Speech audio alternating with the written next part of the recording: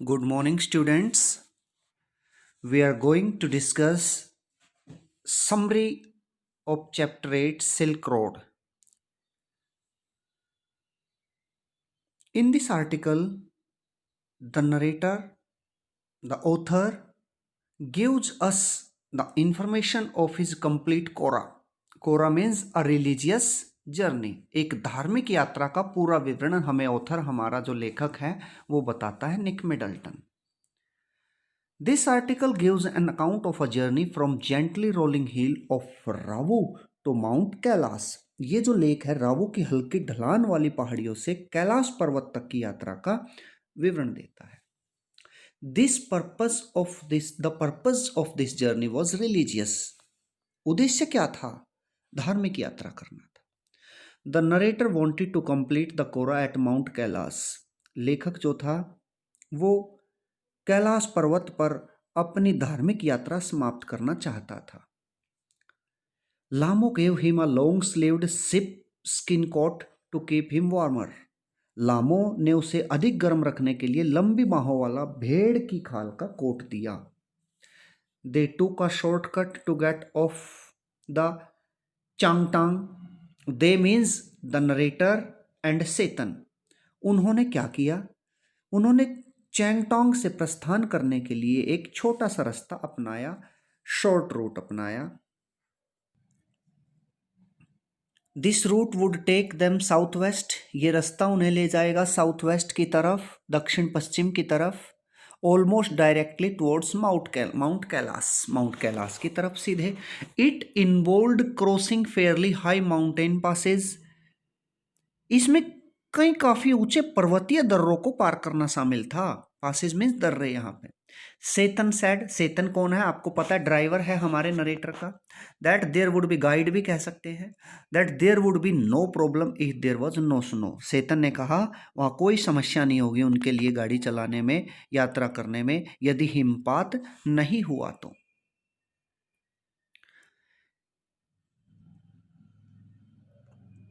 This shortcut took them across vast plains having arid pastures. यह छोटा मार्ग उन्हें गर्मी से झुलसे हुए चरागाहों वाले विशाल मैदानों के पार ले जाएगा. पास्चर्स होते हैं मैदान, चरने वाले मैदान. They saw a few gazelles and a great herd of wild asses. उन्होंने वहां कुछ छोटे सुंदर बारहसिंगे, गैजल्स होते हैं बारहसिंगे, और कुछ जंगली गधों का एक बड़ा झुंड देखा. They noticed clouds of dust rising in the sky. उन्होंने आकाश में धूल के बादलों को उभरते हुए देखा. As hills came once again, जैसे ही पहाड़ियां फिर से आई, they passed shepherds tending their flocks. तो उन्होंने देखा पास से गुजरते हुए किन के भेड़ों के झुंडों की देखभाल करते हुए गडरियों को पार किया उन्होंने. जैसे ही और पहाड़ियां आई तो उन्होंने कुछ लोगों को देखा जो अपनी भेड़ों के झुंडों की देखभाल कर रहे थे. और वो कौन थे? वो थे शेफर्ड. शेफर्ड्स होते हैं गडरिये जो भेड़ चराते हैं, भेड़ रखते हैं, भेड़ बकरियां रखते हैं. These men और women well ripped. ये पुरुष अथवा स्त्रियां भली प्रकार से अपने वस्त्रों में लिपटे हुए थी. They would pause and stare at the car. वो रुक जाते थे और घूरते थे कार को. Sometimes they would wave us as the car passed near them. कई बार वो हमारी तरफ जो थे, जैसे ही कार उनके पास से गुजरती थी, हवा में लहराते थे, यानी हाथ हिलाते थे टाटा बाय बाय करते हुए. When the track took the car close to the ship, जब पथ उनकी कार को भेड़ों के नजदीक ले जाता, the animals would try to avoid the speeding vehicle by dodging to one side. तो पशु एक और हटकर तेजी से चलते हुए वाहन से बचने का प्रयास करते. They passed the dark tents of the nomads in lonely places. उन्होंने पास किए, वो पास से गुजरे उन गहरे टेंट से, तंबुओं के पास से, वे सुने स्थानों में बंजारों के तंबुओं के समीप से गुजरे. यहाँ तक आपने क्या देखा प्यारे बच्चों? यहाँ तक आपने देखा कि आपके राइटर की, आपके ऑथर की, निक मिडल्टन की यात्रा शुरू होती है राऊ से माउंट कैलाश की तरफ. और ये रिलीजियस जर्नी थी, it was a religious journey and his driver Satan was with him and who informed him there would be no problem if there was no snow, कि वहाँ कोई समस्या नहीं होगी यदि कोई बर्फ न पड़ी तो। और रास्ते में उन्होंने गैजल्स देखे, एसिस का झुंड देखा, मैन एंड वीमेन देखे, सेफर्ड देखे, और वो अपनी शिप को चरा रहे थे और उनके पास से गुजरे। और फिर उन्होंने टेंट्स देखे नोमैड के, बंजारों के। When the track took the car a huge black dog, a Tibetan mastiff would stand guard outside.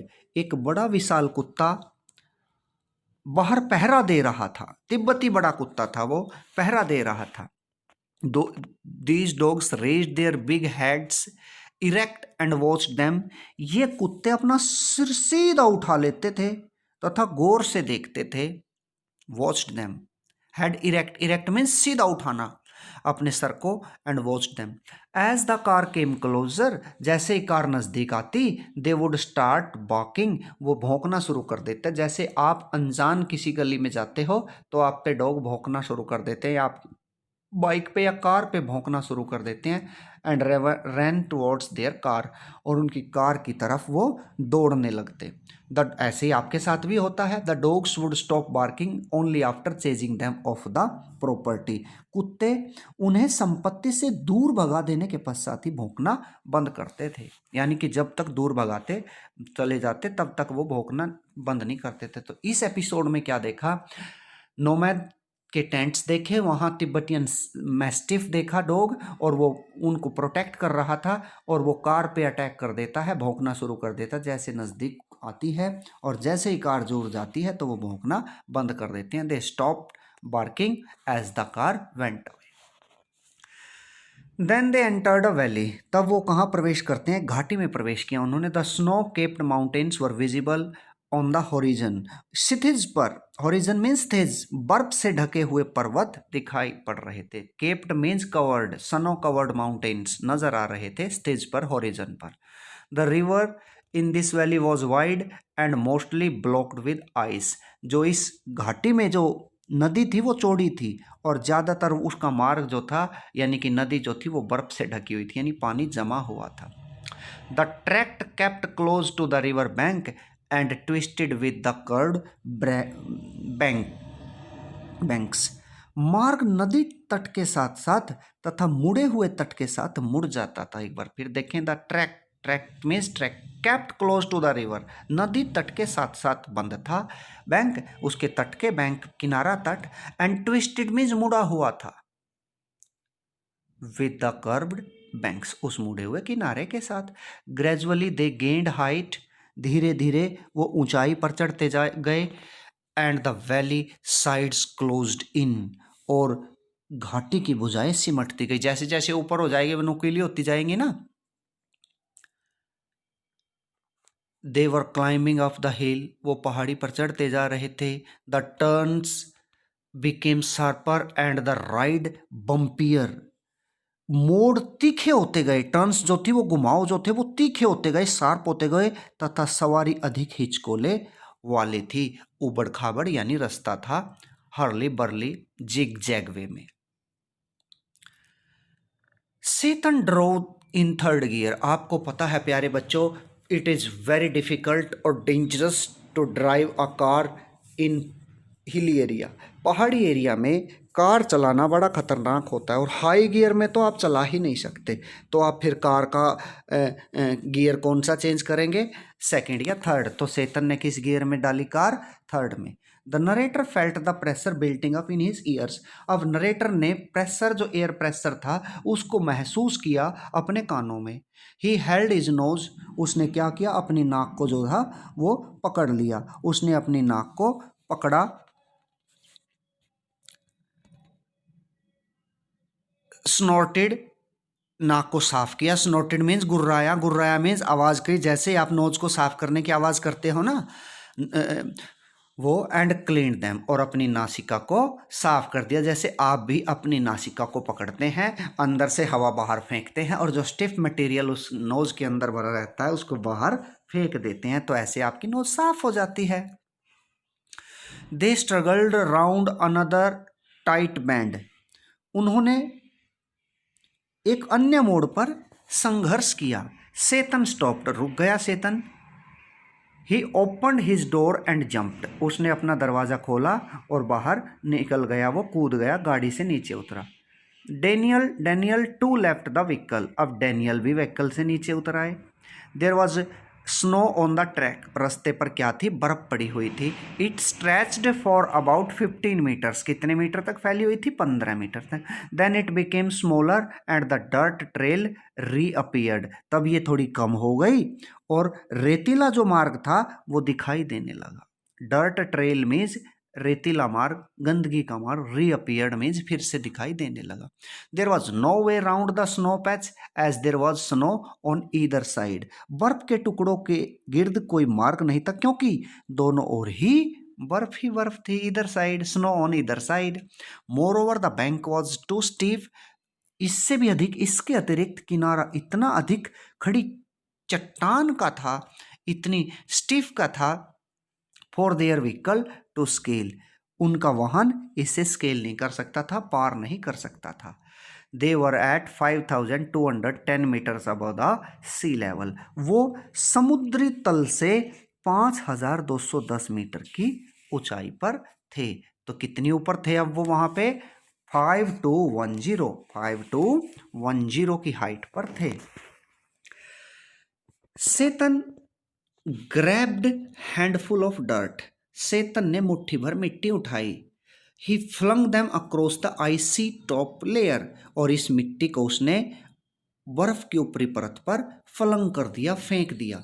The narrator and Daniel joined him and threw dirt, narrator और डैनियल ने उसको ज्वाइन किया और उन्होंने भी बर्फ फेंकी। Then Tsetan drove the car slowly and carefully on the icy surface, तब सेतस ने कार को बड़े आराम से और ध्यान से चलाया उस बर्फीली सतह पर। Daniel and the narrator stayed out of the vehicle to lighten Tsetan's load, Daniel और नरेटर गाड़ी से बाहर उतर आए, कार से बाहर आ गए, जिससे व्हीकल पे बोझ कम हो सके। 10 minutes later they stopped at another blockage, 10 minute बाद वो एक और ब्लॉकेज मीन्स बाधा पे फिर रुक गए। This time Tsetan decided to try, इस टाइम सेतन ने निर्णय लिया कि वो कोशिश करे and drive round the snow, और बर्फ के चारों ओर गाड़ी चलाए। द स्लोप वॉज स्टीप, जो स्लोप थी, जो ढलान थी, वो क्या थी प्यारे बच्चों, वो बिल्कुल सीधी खड़ी थी, गहरी थी, सीधी खड़ी थी, ढलान सीधी खड़ी थी, बिल्कुल स्टीफ थी, and full of big rocks, और बड़ी बड़ी चट्टानों से भरी हुई थी। Somehow Tsetan got past over the difficult route, जैसे तैसे किसी प्रकार से शैतान ने इस कठिन मार्ग से पार हो गया, यानी पार कर लिया। Once he cut a very sharp bend, एक बार उसने एक अत्यंत तीखा मोड़ काटा। They continued to climb in the bright sunshine, उन्होंने पहाड़ी पर चढ़ना जारी रखा धूप, चिमचिमाती धूप में। दे क्रेप्ट पास्ट 5400 मीटर्स, अब वो 5400 मीटर ऊपर निकल गए थे। The narrator's had begun to beat horribly, अब वर्णनकर्ता का जो सर था वो भयानक रूप से उसमें चकराने लगा था। ही टुक गब्स फ्रॉम वाटर बॉटल, उसने पानी की बोतल से कई घूंट घूंट पानी पिया। Finally they reached the top of the pass at 5515 metres, और अंत में वो 5515 मीटर की ऊंचाई के दर्रे पर, पास में दर्रे के शिखर पर पहुंच गए। तो प्यारे बच्चों, स्टार्टिंग में थे 5210 पे, फिर 5400 पे, और फिर 5515 पे, ठीक है, 5515 मीटर पे पहुंच गए लास्ट में। There was a large cairn of rocks, वहाँ क्या था प्यारे बच्चों, वहाँ चट्टानों का विशाल ढेर था। There was a large cairn of rocks, cairn means ढेर, रॉक्स चट्टाने। It was decorated with white silk scarfs and ragged prayer flags, ये किस चीज से सजा हुआ था? यह है सफेद रेशमी रुमालों यानी दुपट्टों तथा फटे पुराने प्रार्थना के झंडों से सुसज्जित था। एक बार फिर देखेंगे।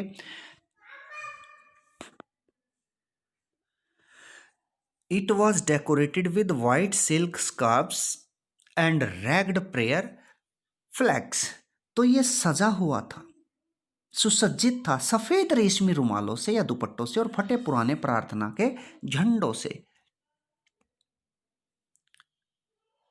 दे took a turn round the cairns in clockwise direction.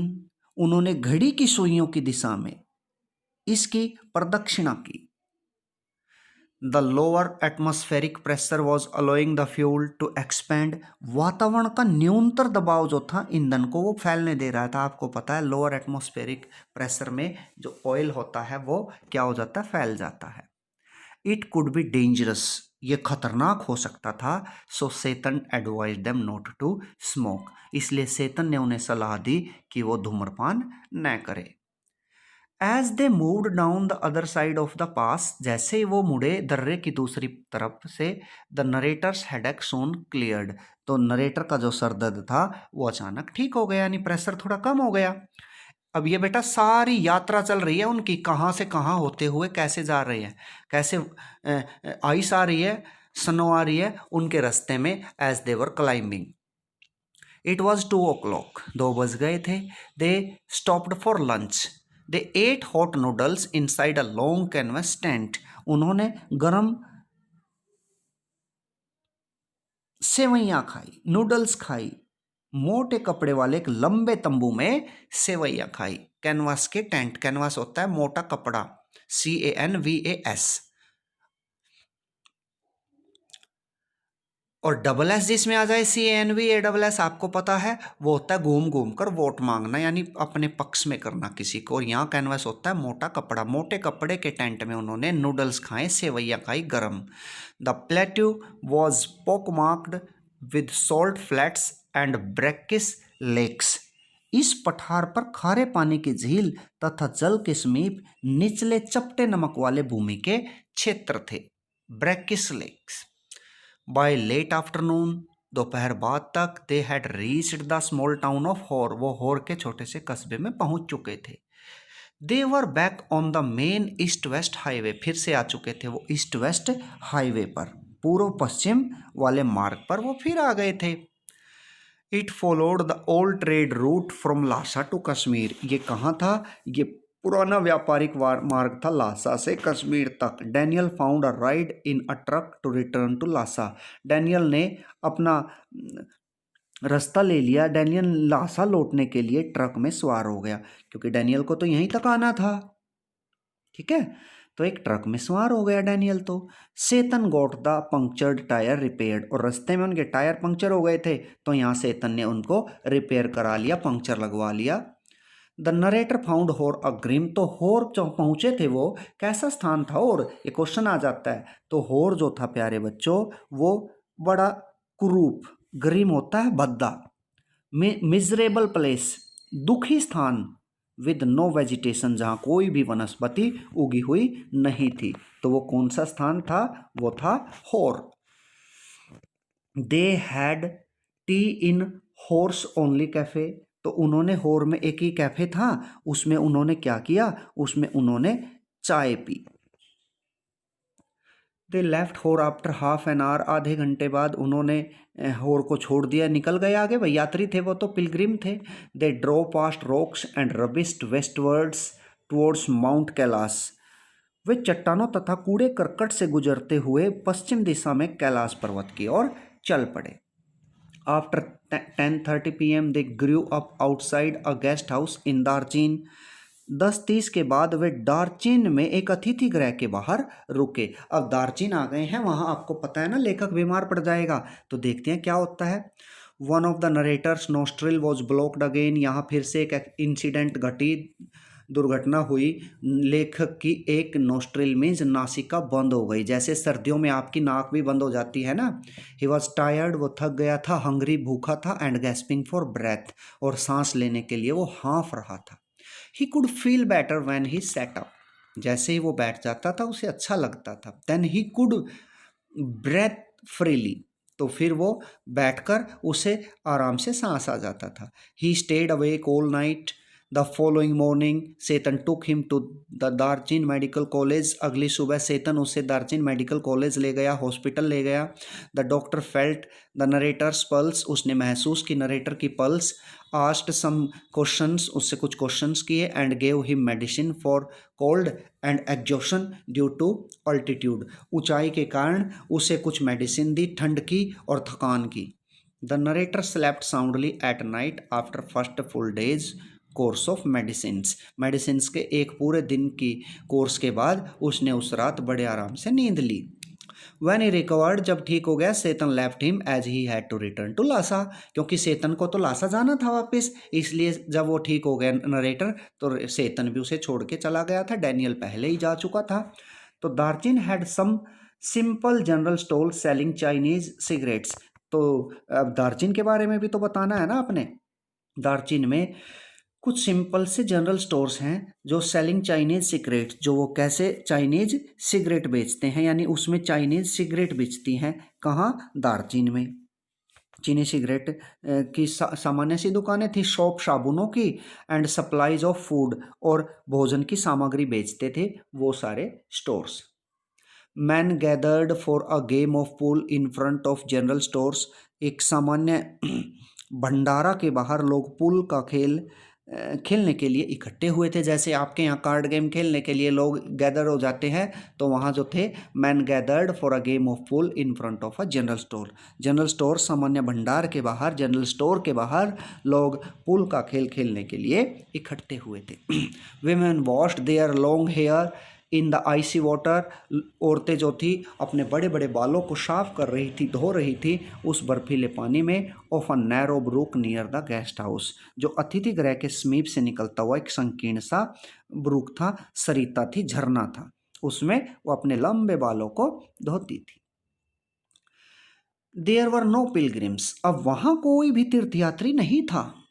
दार्जिन had only one cafe, एक ही कैफे था। तो दार्जिन के बारे में आपको पता होना चाहिए, एक ही कैफे है दार्जिन में भी।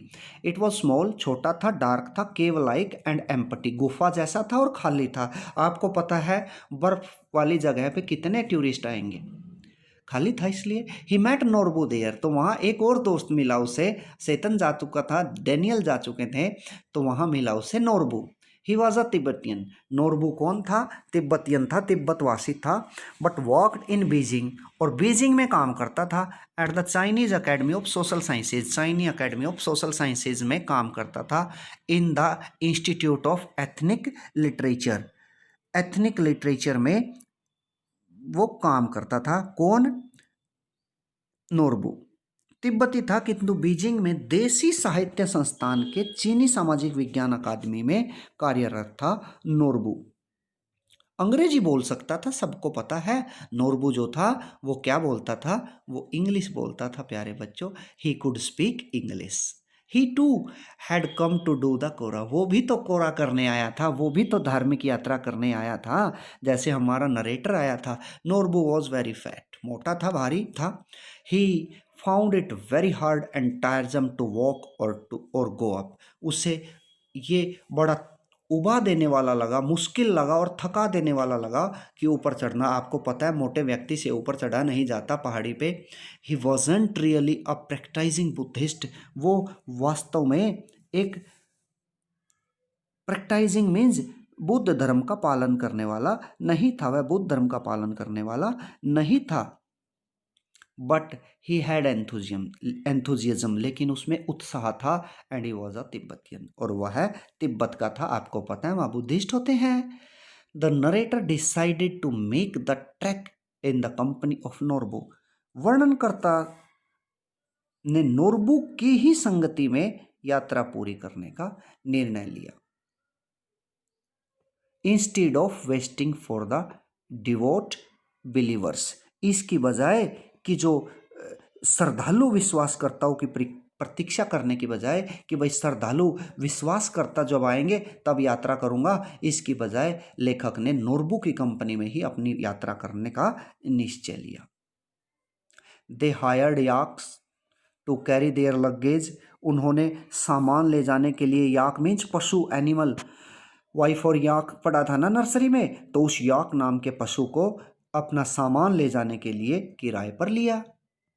Norbu said that he had no intention of prostrating himself all round the mountain. Norbu ने कहा कि उसकी पर्वतों की चारों ओर साष्टांग, प्रोस्ट्रेटिंग होता है लेट के, जो आपने देखा है ना धार्मिक यात्री जो होते हैं वो लेट के मीन्स आपके स्टमक के बल चल के वो जाते हैं और अपनी यात्रा पूरी करते हैं। तो नोरबू ने कहा उसकी कोई ऐसी इंटेंशन नहीं थी कि वो लेट के साष्टांग, पर्वत के चारों ओर साष्टांग मीन्स पेट के बल लेटने का कोई इरादा नहीं था, कि मीन्स पेट के बल लेट के वो जाए। मोटे आदमी से वैसे ही लेट के तो क्या वैसे ही चल के वो पूरी नहीं की जाती यात्रा। It was not possible for him as his tummy was too big. आपको पता है उसके लिए संभव नहीं था क्योंकि उसका tummy, it was not possible for him as his tummy was too big, उसके लिए संभव नहीं था क्योंकि उसका टमी जो था, उसका पेट जो था वो बहुत बड़ा था। ही laughed in an extremely funny way while saying so, वो हंसा बड़े हास्यजनक तरीके से, विनोदपूर्ण तरीके से ऐसा कहते हुए। तो प्यारे बच्चों, silk road it's very interesting as well as easy chapter of Nick Middleton who does the kora from Ravu to Mount Kailash. Mount Kailash तक अपनी धार्मिक यात्रा करने आया था। किस किस ने उसका साथ दिया, कैसे तिब्बतियन मैस्टिफ्स उसे मिले, इंपीरियल कोर्ट में उनका क्या महत्व था, आर्टिकल का नाम जो था वो सिल्क रोड क्यों पड़ा, और होर पे हमारे राइटर का कैसा एक्सपीरियंस हुआ और कैसा डिसअपॉइंटमेंट हुई उसकी दार्जिन में, और कैसे पॉजिटिव थिंकिंग के कारण उसने अपनी पिलग्रिमेज कंप्लीट की, और कैसे माउंट कैलाश में उस यात्रा का वर्णन कैसे हुआ, और लेखक की फिजिकल कंडीशन कैसी थी दार्जिन में। ये सारे क्वेश्चन बनेंगे आपके। You should read the chapter carefully and thank you.